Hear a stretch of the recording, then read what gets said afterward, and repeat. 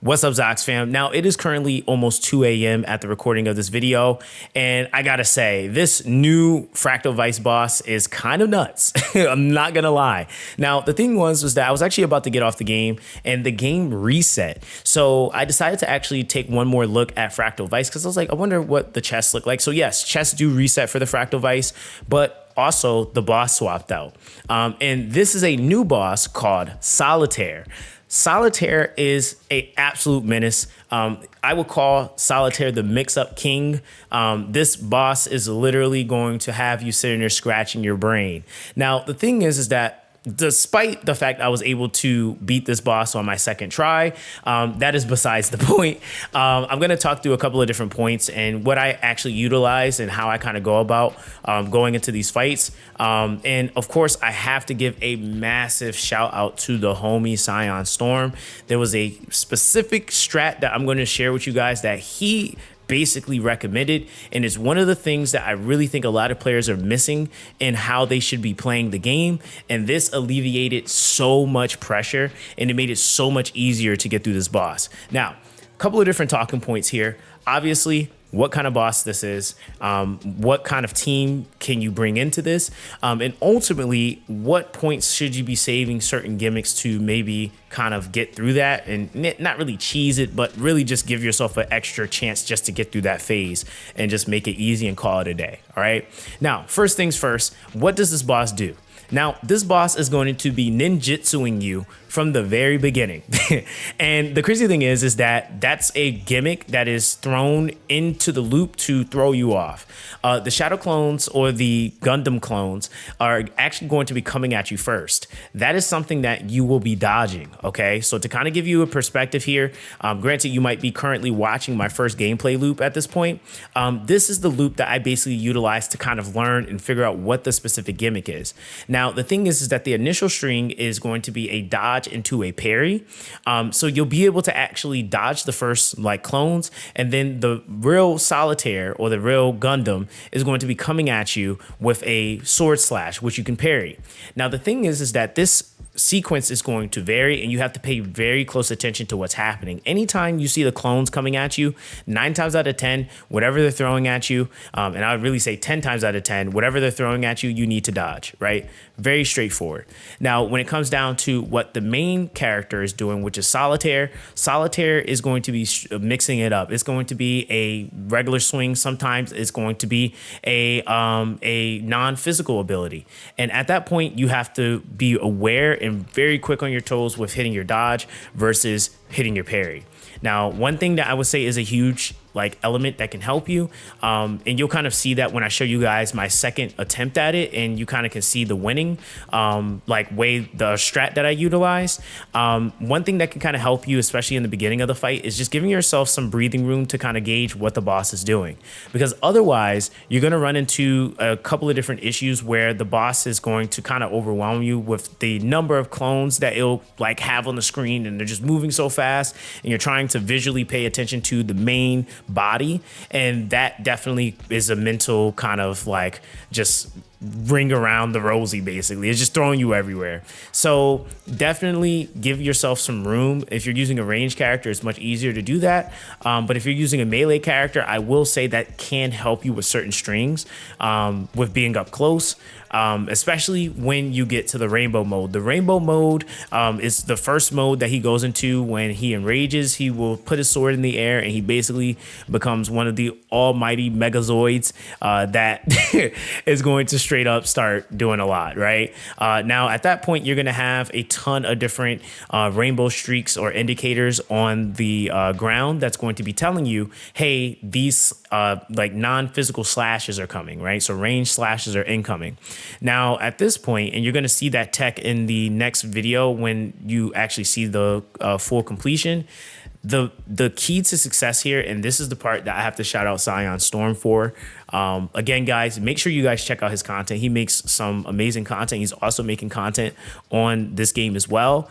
He suggested, how about swapping to Roku in the middle of, or when that phase comes up? So instead of trying to keep my DPS alive that entire time during that phase, I actually allowed the AI to take over my Miyu, for example, and I become the tank. Now, a lot of people don't really take advantage of that gimmick or that mechanic in the fight, but that actually is a huge portion of what can help sustain you.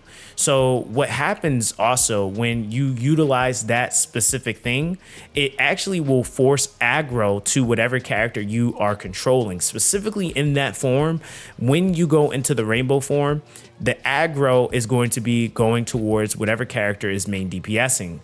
Now, if you are now controlling the tank, the aggro, you will actively see the models shift towards the tank and the moves will go towards that character.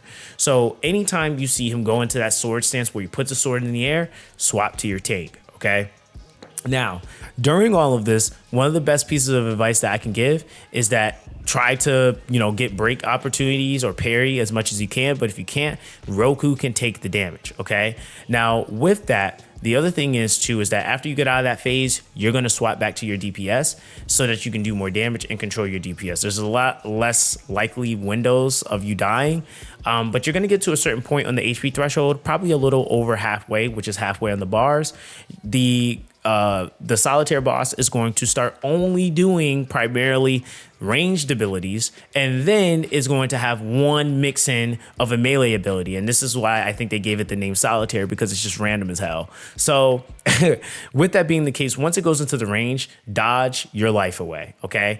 Dodge your life away. And you're going to do that up until the point of the melee opening happening. You want to hit that parry at all costs. Like you want to. Okay.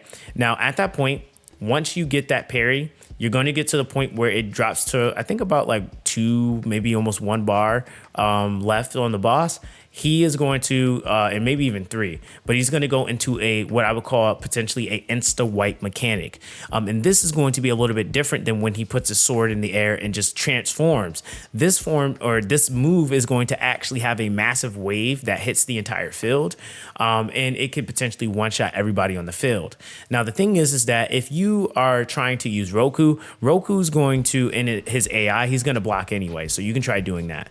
But now if you want to utilize a character, for example, that I would say that would be my advice to utilize and try to, I would say, get down pack the dodge for that, I would personally swap to the DPS. I noticed that what happens is that if you're in like mid dodge, there's a chance that you'll take some reduced damage and you don't take the full brunt of the hit. So that's basically how I was able to get through it. But there is technically a dodge window that is there. I just have not perfected it myself. Now, keep in mind that I've only tried this boss twice, and I was able to figure out all of these things within that time frame. So that again kind of shows, like, using a character like Roku as you're like I said, watching in this current gameplay can do a lot to allowing you to figure out the strings. So this fight, which you're not going to watch the full 20 minutes of me sitting here and then ultimately losing, I was able to actually learn the strings of the character. And then I was able to then go from there and jump into my second attempt, where I actually went in there pretty confidently and was able to wreck the boss. Now, again, Storm is my witness. He watched me do it on my second try. But with that, nonetheless, you basically are going to, at that point, use your last little bit of power that you might have to rip the boss, whether it be Simba, whether it be Miyu, whoever it is you're using, Q. That would be your last hurrah just to kind of finish the boss off. All right. So with that, guys, that's just going to be my overall tips just to kind of help you guys. I definitely would say not only to watch my variation of this video, but make sure you guys go and check out Sion's version, because we play 2 different teams. He actually is a Simba main, so he's going to have a little bit more advice for how you can operate and utilize Simba. He just recently did a tech video on the tech of Simba as well. So that also is going to be a huge application for those of you guys that are looking to try to get through that fight. But again, guys, I'm going to now let you guys see my final run, my second run. And I also show my gear. So make sure you guys take a look at that. That also kind of gives you a rough idea what my ranks are, what my gear looks like, and of course, duping. All right. So that's going to be basically that with that. I'm going to actually go get some rest. I hope you guys have an amazing day/night, wherever you're at in the world. And I'll catch you guys in the next one.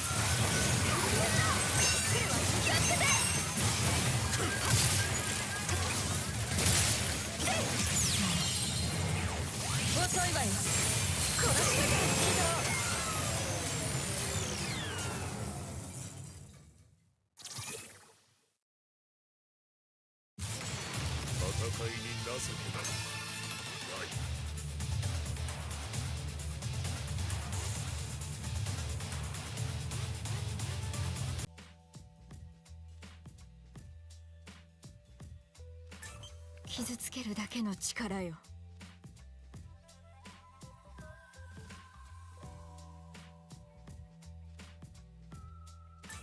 役に立つかしら。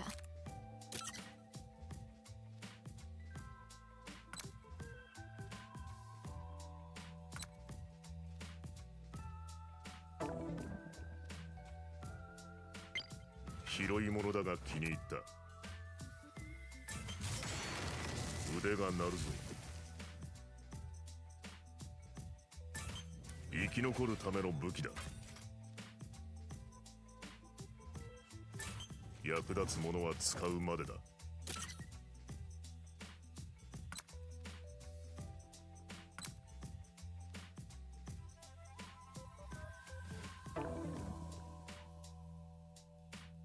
僕のパチモンどう？治療なら任せて。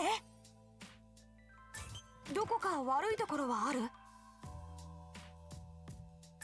育成ゲームも好きなんだ。